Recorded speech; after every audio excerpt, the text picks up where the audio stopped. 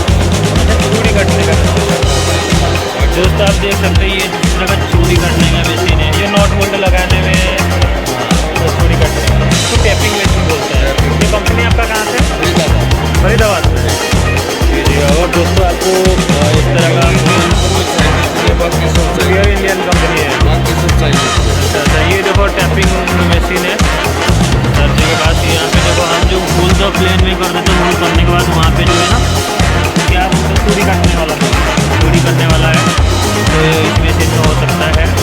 और ये हमारा इंडियन कंपनी है, फरीदाबाद की है। क्या मास्टर क्या मास्टर देख लीजिए, क्या मास्टर कंपनी का हमारा है। यहाँ पे उनका कार्ड भी है, जो भी दिखा दिया आपको। अगर आपको चाहिए होगा यहाँ पे डिटेल्स है, वहाँ पे एड्रेस वगैरह है। अगर इस तरह का मशीन आपको नीड होता है तो वहाँ पे कॉल करके आप बात करके विजिट करके ले सकते हैं। इसमें ले सकता हूँ। Thank you sir. ओके, देखो उनका इस तरह का मशीन है, सब इस तरह का मशीन है।